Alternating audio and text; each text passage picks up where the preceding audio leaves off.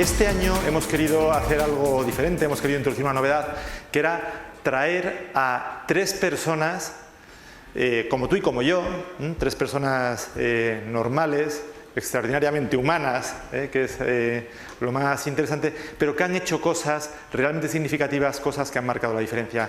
Y han hecho una cosa muy particular, que es perseguir sus sueños. Gente inconformista, gente que tenía un sueño y gente que ha querido ponerlo en práctica, ¿sí? Es el caso de Enrique, el caso de Jennifer y el caso de Javier.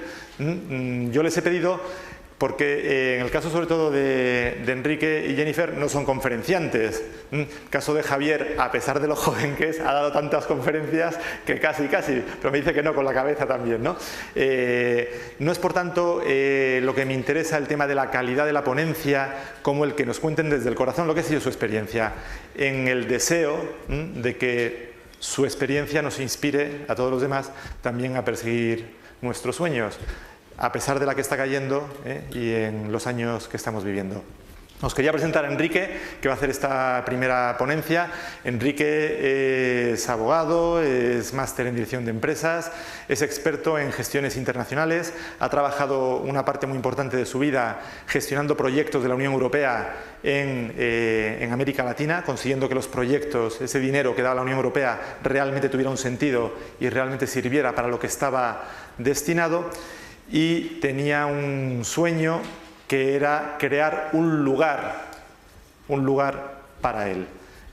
Y lo que nos va a contar es ese lugar que encontró, cómo lo construyó y en qué momento está ahora. Así que, Enrique, bienvenido y un aplauso de bienvenida para Enrique. Oye, no sé... ya.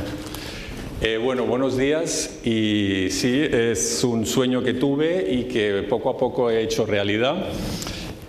Por motivos de trabajo yo tenía que viajar mucho y siempre pensé en encontrar un lugar especial con unas características determinadas donde poder echar raíces y donde poder hacer un proyecto ecológico. Entonces, aquí, como veis, el lugar de mis sueños tenía que tener estas características. Me gustaba Andalucía, aunque yo no tengo nada que ver con Andalucía, y concretamente la Sierra de Grazalema, el Cornocales, Serranía de Ronda. Tenía que ser un entorno natural y debía de tener una construcción existente para poderla rehabilitar. Y obviamente con un presupuesto adaptado al que yo tenía previsto. Bueno, estas son algunas imágenes de Ronda para los que no conocéis, porque es un lugar para mí maravilloso. Es una ciudad pequeña de 30.000 habitantes, pero con unas características y monumentos muy bonitos. Este es el Tajo de Ronda, por el que es conocido. Y bueno, estuve 2 años en mi tiempo libre dedicándome a buscar este lugar. Entonces, obviamente visité muchísimas fincas, pero aquí os he sacado 3 que estuvieron a punto de ser mías, pero que en el último momento se frustraron. Una de ellas era la finca de la Niña Vieja y el Dientista, como lo conocían allí en Zahara de la Sierra, que es un pueblo de Cádiz, y que era un poblado de pastores en ruinas. La verdad es que era un sitio maravilloso de arquitectura rural popular. Luego también estuve a punto de comprar el Cortijo de los Dolores, que es un cortijo con unos jardines diseñados por un paisajista francés de principios del siglo XX que se llamaba Forestier, y que también en el último momento no pude llegar a un acuerdo. Y por último, un lugar que a los que no lo conocéis os recomiendo, porque es, según me comentó el que me vendía la finca, es único en el mundo porque es el único lugar donde se divisan 2 mares, 2 continentes y 3 países. Entonces eso me llamó mucho la atención, aunque no compré esa finca, pero es un pueblo que se llama Gaucín, que está en la Serranía de Ronda. Entonces, mi primer encuentro con lo que es la antigua Real Fábrica de San Miguel de Ronda lo tuve navegando por internet cuando vi esta portada de una revista que se editaba allí, comarcal, Y entonces me llamó la atención la foto, que era como de un edificio en ruinas, así de piedra, y entonces llamé a la editorial y me comentaron pues, que era la antigua Real Fábrica de San Miguel, que un sitio que estaba como perdido en el Valle del Genal, y que estaba en ruinas y que pertenecía a unos ingleses, era privado. A los 6 meses, estando en Barajas, porque me iba a trabajar a Centroamérica, pues me compré una revista de estas y leyendo me pareció, digo, esto me suena, era una finca en venta que casualmente era la Real Fábrica que se había puesto en venta. Y entonces, cuando regresé de mi viaje, pues visité la finca así sin cita previa. Me di cuenta que estaba fuera de mi presupuesto porque pedían mucho dinero. La verdad es que hubo muy buena conexión con el matrimonio inglés que la regentaba, que era una pitonisa y un espía de la CIA. Nos enseñaron la finca porque iba con una amiga, nos invitaron a comer, en fin, todo de muy buen rollo. Y luego hubo un intercambio de faxes. La pitonisa me dijo que había leído mi aura y que yo debía ser el propietario de la finca. Y entonces, en menos de un mes, pues firmamos el contrato y me quedé con la finca a un precio bastante razonable. Entonces, os cuento un poco así resumidamente lo que era la Real Fábrica de San Miguel de Ronda. Fue la primera fábrica de hojalata que hubo en España, construida en 1725 por Real Orden de Felipe V. En esos años la hojalata tenía un uso militar porque se utilizaba para recubrir los galeones. Entonces cuenta la leyenda que los ingenieros alemanes que poseían la fórmula fueron secuestrados y traídos a España en toneles de vino. Entonces la fábrica estuvo funcionando prácticamente hasta finales del siglo XVIII y luego cayó en desuso y en el olvido. Y ha sido pues utilizada para temas agrícolas y ganaderos. Entonces los edificios pues estaban, cuando yo lo he olvidado, sí, muy deteriorados. Como podéis ver, esta es la finca con sus edificios como 3 semanas después de haber empezado yo la rehabilitación. Estos son algunas fotos del estado de los edificios.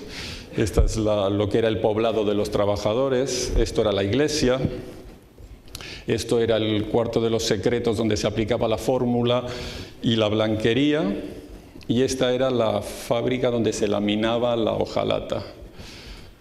Todos estos... Bueno, esta es una foto que tomé en septiembre después de esas lluvias terribles que hubo, que como veréis pues se deterioraba continuamente.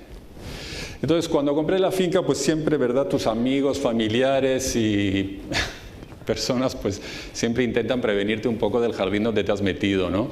Entonces, pues, ¿dónde te vas a meter? No tengo ninguna experiencia agrícola. Andalucía, todavía existen esos prejuicios con la gente del sur. El campo es un pozo sin fondo. De hecho, hay una frase que me encantó y por eso la pongo, que dice: toda finca es mejorable hasta la absoluta ruina de su propietario. La agricultura no da dinero, es una mala inversión, estás a 600 kilómetros de Madrid, que es donde yo vivo y trabajo, y luego un acceso difícil, sin agua, sin luz, rondas muy bonitas, sí, la jaula, pero los pájaros, y luego un pueblo pequeño, infierno grande, en fin, fueron unas advertencias que me hicieron. Ese es un poco el acceso escarpado a la finca, que como veréis, pues cuando llueve mucho se me viene y me bloquea. Y luego la finca, el entorno es espectacular. Esto es un arroyo donde en verano vamos a bañarnos, se llama La Chorrera, y ese es el río Genal que bordea toda la finca y que tiene agua, vamos, aún en los años de más sequía. Este es el pueblo al que pertenece, que es Júzcar, y que ahora se ha hecho famoso porque es el pueblo pitufo. Se ha pintado todo de azul el año pasado para promocionar la película y así se ha quedado. Estas son algunas imágenes del Valle de Genal, que son bosques de alcornoques, de encinas, de castaños. Y luego hay algunos lugares desde donde en los días claros se divisa África, que es muy bonito también. Entonces, iniciamos el proyecto, yo me marqué unos objetivos, hacerlo poco a poco, en la medida de mis posibilidades. La finca me había costado algo más de lo que yo tenía presupuestado, con lo cual pues debía de apurar un poquito todas las obras. Entonces mi objetivo era hacerlo, no tenerlo, o sea, quería disfrutar con todo el proceso. Y obviamente desde el año 2001, que la compré, hasta el 2013 que estamos y aún no está terminada, pues eso os muestra que realmente lo estoy haciendo poco a poco. Y luego, sobre todo porque también mi trabajo me exige viajes continuados y estancias fuera, largas, y entonces no me puedo ocupar plenamente. El tema financiero era importante, me propuse dedicar un presupuesto anual limitado, solo con recursos propios, no créditos, más o menos dedicaba el 50% de lo que podía ahorrar al año, y obviamente era una inversión irregular porque yo tengo una profesión liberal y había años mejores y otros peores, y de hecho hubo 2 o 3 años que no pude invertir nada. También quería respetar el entorno, solamente rehabilitar, no reconstruir ni obra nueva. Eso era fácil porque, como veréis, había muchos edificios y entonces pues no necesitaba crear nada nuevo. De hecho, los ingleses habían construido un bungalow que era ilegal y que yo demolí. Y luego también, a pesar de que la finca prácticamente el 80% es bosque, pero la zona alrededor de la casa estaba deforestada porque la habían cortado para leña. Este es el bungalow que yo demolí. Estos son algunas de las encinas y alcornoques que traje para reforestar. Y este es el antes de plantar los árboles, y la foto, esta es desde el mismo ángulo. Luego, materiales de construcción de época. Quería sobre todo usar materiales antiguos de derribo, en la medida de lo posible y en la medida de mi presupuesto. Y si no era posible, pues utilizar el material nuevo, pero que se supone que se usaba en la época, sobre todo vigas de castaño, el ladrillo tosco, teja árabe, etc. Los azulejos que hay en la casa los fabriqué yo con técnicas del siglo XVIII, que ahora veréis lo bonito que quedan. Y luego también era importante contratar a personal especializado en los distintos oficios, sobre todo canteros, porque casi toda la construcción es piedra, herreros, etc. Y eso es bastante fácil ahí en la comarca de Ronda porque se mantienen bastante bien esos oficios. Como veréis, esta ventana parecería que lleva allí 100 años, pero solo lleva 3 meses puesta. Y si os dais cuenta, todo lo que está arriba y un poquito de abajo son piedra que ha sido reconstruida por canteros expertos de allí. Esto es un muro también que estaba en ruinas y es así como ha quedado. He mantenido la parra virgen, incluso las encinas que han crecido en el techo. Y este es otro ángulo de... Ahí veis la diferencia. La parte nueva es la que no tiene el acabado en cal. Este es todavía el más difícil todavía porque es una pared que se vino abajo con una crecida del río y que restauramos utilizando los mismos ladrillos que habían caído. La ventana es también recuperada. Estos son algunos azulejos antiguos, vigas de algarrobo. El tema de la electricidad, como los muros son de piedra, pues había que hacer la exterior. Y esos son los famosos azulejos de técnicas del siglo XVIII.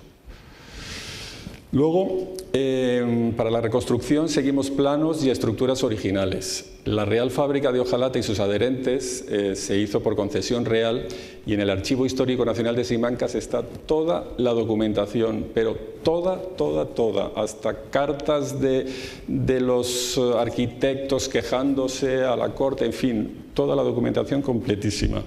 Y luego también he recibido cierto asesoramiento de la Real Academia de la Historia y la Real Academia de Heráldica, que entre otras cosas me han diseñado el escudo que tenía. Luego también el entorno ecológico, yo quería darle un matiz ecológico. En el caso de la electricidad era obligado porque la energía eléctrica convencional no llega hasta allí, con lo cual tenía que usar energía solar y energía eólica. Y luego, entre varias personas que teníamos fincas alrededor, propusimos un proyecto de energía hidráulica aprovechando el río, pero no nos lo aprobaron. Y luego también restauramos para la conducción de agua el sistema antiguo de acequias que había. estos son los paneles solares que dan electricidad a la casa.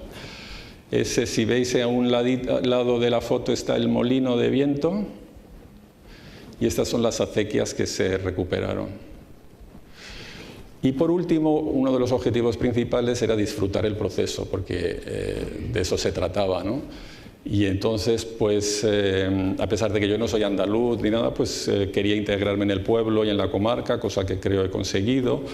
Quería que fuese un lugar de encuentro con mis amigos, con los que, pues, por distintas razones no puedes ver durante el año, pero allí, o sea, convives, porque normalmente se suelen venir 4 o 5 días o una semana o más tiempo. Luego se ha convertido, porque a raíz de empezar a restaurarla, pues se ha ido conociendo su existencia porque estaba un poco olvidada, y se ha convertido en algo muy interesante, que es un centro de peregrinaje de ingenieros industriales, arquitectos, historiadores, periodistas, que escuchan de su existencia y vienen porque quieren hacer su tesis doctoral o tal, y por supuesto allí siempre son bienvenidos, incluso muchos de ellos se alojan. Cuando terminan la tesis doctoral me envían una copia, etc. Y luego los momentos más entrañables que he vivido ha sido con los antiguos habitantes de la finca. Entonces, muchos de ellos emigrantes en Francia que han vuelto al pueblo y entonces pues han venido a ver cómo estaba cambiada la finca y tal, y entonces ha habido momentos de mucha emoción por su parte. Bueno, esto es una foto de una comida en el patio, y aquí veis un poco el resultado de la rehabilitación. Ahí tenéis una foto de cómo estaba antes ese lugar y cómo está ahora. Esa es la iglesia, cómo estaba antes y cómo está ahora. Esta es una de las puertas de acceso de cómo estaba antes y cómo está ahora. Y esa es una vista general de lo que era el poblado donde vivían los trabajadores de la fábrica, de cómo estaba antes, que ese muro, veis, hay unas vigas de madera, ese muro estuvo a punto de caer, y es como está ahora. Entonces, una vez que prácticamente toda la rehabilitación se ha terminado, todavía me queda un poco, pero vamos, yo calculo que en 3 o 4 meses se terminará, había que hacer, obviamente, que fuese un proyecto sostenible, porque tampoco, o sea, no quería que se cumpliese una de las advertencias que me habían hecho de la ruina del propietario. Entonces, la finca tiene olivos, cítricos, ahora tiene viñas, no las tenía, pero existía la posibilidad, y sobre todo está en un entorno maravilloso, muy apropiado para el turismo rural. Con respecto a los olivos y cítricos, pues no son muchos, comparado con las grandes extensiones que hay en Andalucía de olivos y de naranjas. Entonces, obviamente me obligaba a hacer una pequeña producción que yo convertí en ecológica, y diseñamos un sistema artesanal de producción del aceite, que es aceite hecho a mano, que ya se había olvidado, y para ello hemos construido una almazara prácticamente manual y que vendemos desde hace 6 meses como un producto gourmet. Estos son las botellas de los distintos aceites. Hay un aceite de oliva extra y luego está unos aceitunas molidas con los cítricos que le dan un carácter muy peculiar. Estos son los kumquats, porque hay bastantes árboles kumquats mezclados con las aceitunas antes del molido. Esa es la prensa, bueno, no es manual, pero es una prensa artesanal. Ese soy yo verificando la calidad del aceite, y esos son los capachos por donde chorrea el aceite antes de salir. Y esto fue en Gastroteca en San Sebastián en el mes de octubre, donde presentamos los aceites. Luego llega el tema de las viñas. Cuando yo llegué a la finca, a Ronda, se estaba poniendo de moda lo de hacer bodegas. Lo que pasa que era muy caro porque había que comprar derechos para plantación, y entonces se vendían muy caros. Entonces deseché la posibilidad de hacerlo. Pero bueno, todo tiene su momento, y desde hace 2 años he podido acceder a esos derechos prácticamente de forma gratuita. Y he diseñado un proyecto con la Junta de Andalucía para recuperar variedades autóctonas de viñas, que bueno, ellos dicen que son andaluzas, pero luego no son tan andaluzas. Y entonces hemos plantado Tintilla de Ronda, Moscatel Morisco, Pedro Jiménez, una variedad para vinificar como vino seco, y luego el Pinot Noir, que obviamente ese sí que no es andaluz, pero a mí me gusta y entonces lo he puesto. Nuestro objetivo es la elaboración de monovarietales de producción ecológica dentro de 3 o 4 años, cuando crezcan las viñas, y para ello pues existe dentro de la denominación de origen de vinos de Málaga la subdenominación de Serranía de Ronda, y luego además en Ronda hemos formado una asociación de vinos de Ronda para desarrollar el turismo enológico. Esta es la finca con las viñas recién plantadas, la Tintilla de Ronda. Esas variedades se extinguieron cuando la filoxera y se han recuperado ahora. Esta es la de Pinot Noir, el riego por goteo, y ese es el primer racimo que vendimiamos este verano de Moscatel Morisco. Y luego el turismo rural, pues la rehabilitación de la casa se ha hecho pensando en una distribución que posibilitaría su conversión en hotel rural. Son 8 dormitorios tipo suite con baño, y obviamente la idea sería combinar el entorno natural con la viticultura y el turismo de tranquilidad. Estas son algunas imágenes que demuestran pues, que está preparado para recibir a turistas. Estos son los dormitorios, el patio con las hamacas y la piscina. Entonces, los obstáculos con los que me he presentado, pues obviamente sí que he pagado mi falta de experiencia. Algunas veces me ha resultado muy oneroso. Los imprevistos, que normalmente como gestor financiero pues uno siempre pone 5 o 10% como mucho. En este caso hay que poner 30 o 40% de imprevistos. Porque si no es una cosa, te cae una lluvia, en fin, cualquier cosa puede pasar. Luego también la poca colaboración de las diferentes administraciones públicas, que siempre ponen dificultades. O sea, no les importa que se hundan las cosas, pero cuando vas a hacer alguna actuación así de mantenimiento te ponen pegas. El mercado laboral, que es un tema más político del PER en Andalucía, es imposible contratar a nadie legalmente, absolutamente imposible. Entonces eso te crea cierta inseguridad de que aparezca la Guardia Civil, que te pida papeles, en fin. Luego, pues algunas pequeñas traiciones y grandes decepciones, como en cualquier otro capítulo de la vida. La burocracia de algunos departamentos de la Junta de Andalucía, y luego los riesgos de hacer realidad un sueño cuando se termina, ¿no? Que uno tiene ganas de seguir. Y por último, los objetivos, pues el proceso de restauración está prácticamente concluido. Yo calculo que en 3 o 4 meses ya estará todo terminado. Es una inversión diferente en temas ecológicos, en la recuperación del patrimonio histórico-industrial. Con una buena gestión técnica, económica y financiera, las cosas no resultan tan caras como te podías esperar, y eso es importantísimo, de verdad. Vosotros os pensaréis que eso ha podido costar una millonada, y de verdad, si te ocupas y estás encima, no te sale tan caro. Luego el tema de las amistades, obviamente es un placer estar allí con amigos. Andalucía es más apasionante de lo que yo me podía imaginar. Vivir allí es ¡puf! Y luego pues ya estoy teniendo mis primeros ingresos con el corcho, con el aceite. Además, desde el aspecto financiero considero que es una buena inversión, porque yo creo que la finca se ha revalorizado mucho con el tema de haber restaurado todos los edificios, y sobre todo si lo comparo con haber invertido en bolsa o en preferentes o en mercado inmobiliario, pues seguramente me hubiese ido peor. Y luego el tema del vino y del aceite, a pesar de que son difíciles y muy competitivos, para mí me parecen apasionantes por la cantidad de matices que tiene. Y luego, por último, la satisfacción de haber hecho realidad un sueño.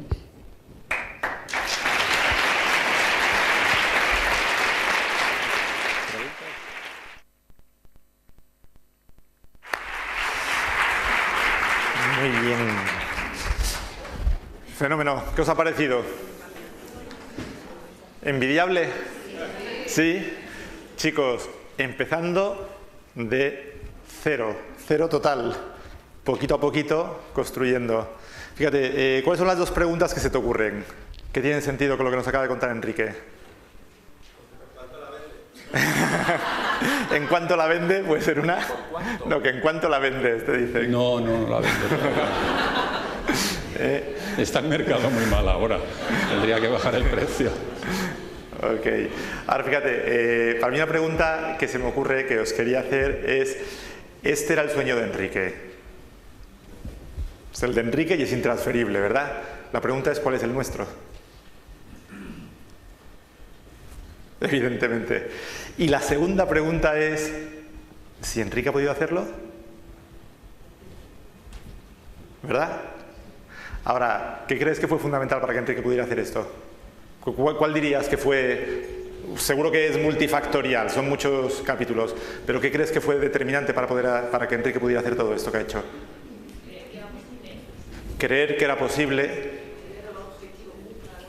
tener un objetivo muy claro. Y a mí me fascina la presentación cuando dice, bueno, yo quería esto, quería esta zona, como que él tenía una acotación presupuestaria, una acotación espacial, sabía dónde... ¿Sí? Un objetivo muy claro, creer que era posible. ¿Qué más? Pasión. Fundamental, ¿verdad? Para poder hacer algo así. ¿Qué más diríais? Querer disfrutar con ello. Querer disfrutar con ello. Fíjate, una cosa que a mí me dice Enrique que me gusta mucho, que me dice, cuando termine no sé qué voy a hacer. Porque lo que a él le da placer es hacerlo, no terminarlo, ¿no? Ahora, el saber que lo que disfruto es el camino. ¿Sí? ¿Qué más cosas? No perder el entusiasmo a pesar de la dificultad. Perseverancia. Y perseverar. Y trabajo duro. De hecho, Enrique, que como veis va de raya diplomática, tenéis que verle las manos habitualmente durante el año. Lleno de cortes, de esto. Enrique, magnífica experiencia, gracias por compartirlo. Muchas gracias. Pues un aplauso para Enrique.